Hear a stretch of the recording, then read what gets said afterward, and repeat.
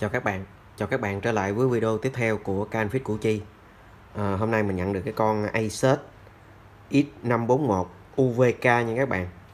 Review là 2.0. Hiện trạng của cái men này là nó mất nguồn nha các bạn.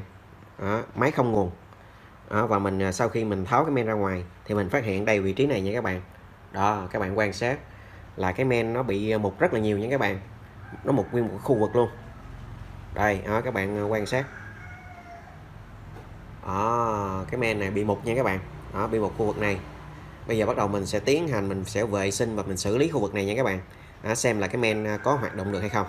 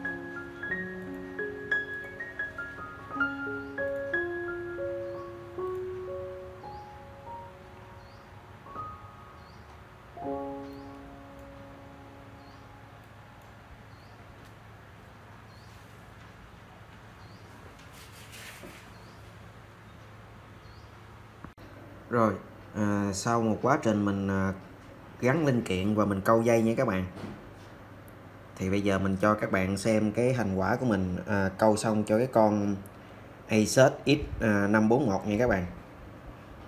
Đó, các bạn quan sát.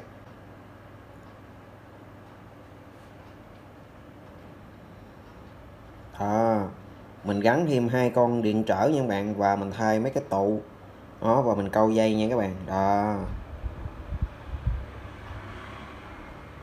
đó mình cho các bạn xem. Rồi bây giờ bắt đầu mình sẽ gắn vào máy nha các bạn, và mình xem con máy có xuất hình hay không. Mời các bạn theo dõi tiếp. Rồi bây giờ bắt đầu mình sẽ đặt cái main X541 UVK vào trong cái máy nha các bạn. Đó, và mình sẽ kết nối với màn hình. Bây giờ mình sẽ cắm nguồn cho các bạn xem là máy sẽ xuất hình được hay không nha các bạn.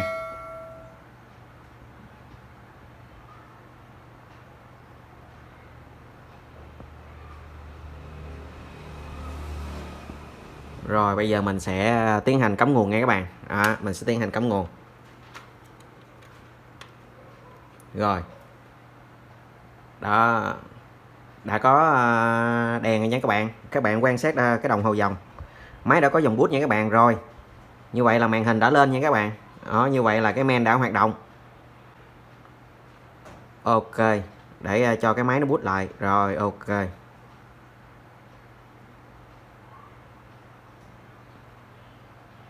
Rồi, như vậy là máy đã lên hình nha các bạn. Như vậy ở cái con Asus X541 UVK, nguyên nhân là do bị vô nước nha các bạn, vô nước cái khu vực này. Sau khi mình đã xử lý các linh kiện hư, thay thế và câu mạch nha các bạn, thì main đã xuất hình. Rồi video của mình xin kết thúc tại đây. Hẹn gặp lại các bạn vào video tiếp theo. Chào các bạn.